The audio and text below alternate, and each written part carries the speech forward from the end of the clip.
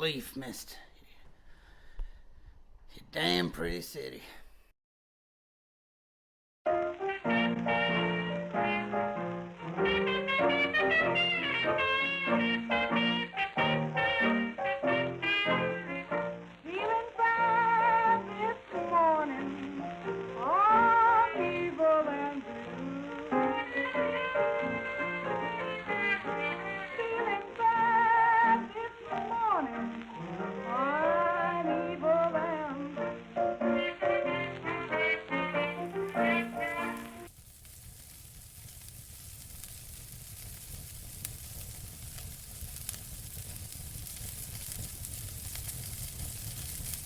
A musky fragrance lingers like remnants of thick perfume in the dark-lit room. Shadows from the fireplace dance across the stone walls, casting images of devils and demons on the walls as perceived by your mind. Eerie chills running down your spine. The man sitting in the staunch leather armchair beside the fireplace with his feet on a satin-draped stool swirls his teardrop glass as he turns his face towards you. A dark and a distinct mustache carefully waxed in place. Combed, stylish black hair, piercing eyes of yellow and a straight nose. Thin features, but with jawlines chiseled as by the gods themselves. If he is truly a human, hard to tell. His slouching posture can't hide his considerable length. His finely tailored casual suit and exquisite jewelry speak volumes of his immense wealth. His gaze peers right at you in turn.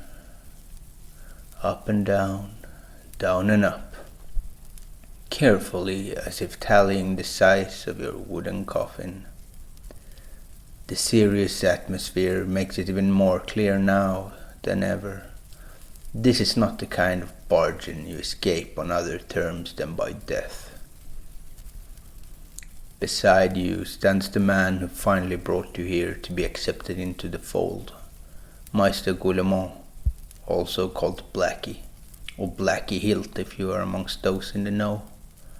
For the past years he served as a liaison between the organization and your crew, giving you a couple straightforward jobs and a few odd jobs in between, with eventual promises to at last bring you to where you are now, the Manor of Vultures. The man in the armchair who carries the nickname Uncle Voiture. His harsh voice whispers out words that mingle with the crackling sounds of the fireplace. Nephew, are these junglings up to the task at hand? Yes, most honorable uncle. I witness and vouch for their loyalty, in life and by death, as the tradition commands. They are ready as they will ever be. Let them be measured and fairly tallied. Prove themselves worthy, and if they are, mingle marrow with marrow, blood with blood. Indeed, blood with blood. Uncle Voiture's lips reveal his pearl-white teeth as he gently smiles. His eyes focused solely on Meister Goulemont. It would not be a surprise to you if the room would ignite and catch fire in this very instant. Meister bows ever so slightly and starts backing out from the chamber. The gentleman in the armchair switches his leer onto yourself and you can't but sway, looking down on the red carpet as you bow and follow Meister Goulemont's gesture out of the light and into the cold of night. The two stewards close the doors behind you. The brilliant moonlight shines to illuminate the cobblestones of a quiet clay street. The sun rays of morning are still far away. Now you might reminisce and remember what brought you here in the first place. Sometimes during the past years you have come to know Meister Guillemot, a fair gentleman closing in on his 50s, an unusually friendly and helpful man among those in his line of work, with bushy brown hair and a thick but short full beard, sometimes seen wearing a monocle and a cane, always in a suit and on occasion a fine hat with a feather in it. He never told you of his rank or his specialty within the family, but he has over the years told you little by little of the organization, how to speak with the family and if you were to be accepted, and what's at stake if you are not. He seems to be a popular man, especially in the old parts of town, where he generally spends most of his time as far as you can tell. The contact with other members of the organization has been fleeting and you've never really been introduced to anyone before now. Some odd jobs you've previously done before, together with other young aspiring criminals, but without any further information of who they are tied up with or what services they might provide, besides the obvious.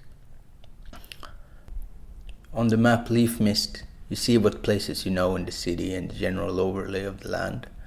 It's a big place for commerce, one of the biggest coastal trade hubs in the Commonwealth. But since there's no tally of the people living here, it is unknown what the population size is. All types of humanoids call Leaf Mist their home. Big and small, although some are more eye-catching than others. Few miss a Goliath or a full-grown ogre walking down the boardwalk. Humans and halflings are probably the most frequent to spot inside the walls, while dwarfs and half-orcs are often seen working at the docks. There is no official stance on racial issues. Many people generally stay in somewhat segregation within the part of town where they live and work. The only restricted area in town is the Castle District. Some shops and offices have their own security. Otherwise, they would have to rely on the guards sent by the Commonwealth, which has, let's say, not the best reputation. The temperature in Leaf Mist is usually hot and moist during the summer, and cold and windy in the winter. On occasion even snow may fall, but that's rare. As we start our journey, it's a month of March, and finally the sun has started to warm up the country after an unusually cold and harsh winter. The trade has started to speed up, and the nobles of the city has yet to come back from their winter vacations. The criminal syndicate, called the organization, is somewhat secret among commoners. Several criminal elements exist within the city, but none so well established or well organized. Being established at the same time as when the new parts of town got a facelift by the Commonwealth. The old parts got their name replaced, or existing names changed to old something. If they weren't completely relabeled, well, but that was 300 years ago. The organization started out by agreeing to the mutual benefit of community members that felt that their interest was bypassed by the new masters of the land. The royals had been usurped of their power and had a lot of money to spend to make sure that the Commonwealth's visions of fairness and true brotherhood would never come to reality. Unique in a sense, since this is the only phenomena in history where people from all strata of Leaf Mist society have united and worked together for common goals. Supported by the old noble house's money, strategy, and information, the merchants' contacts, the urchins' blood, and the dock workers' sweat, the organization could flourish from under the surface.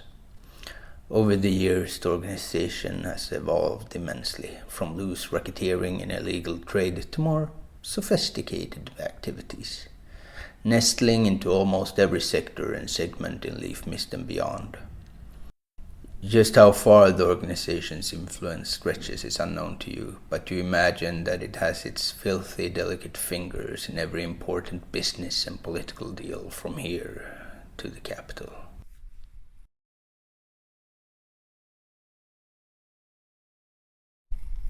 Lingua franca of the organization.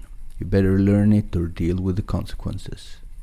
The organization, that's the web that serves the family's purpose, often how it is communicated to others. For example, the organization sends their regards, or the organization needs you to pay now. The family, the closest members of the organization, those who have survived the test and been voted into and been accepted by the other members of the family. The inner circle, so to speak. You should never use the name of the family to outsiders. Terms only used within the family. Grandmother, grandfather, how everyone addressed the consigliers and the treasurers. Often old and aged wise advisors, and it's the only way of retirement within the family, outside of that of a coffin. Uncle is how you should address someone of a higher rank. Brother is someone with the same rank as yourself. These can be used also together with venerational terms such as most respectable uncle. Nephew, that's how a family member speaks to someone in lower rank.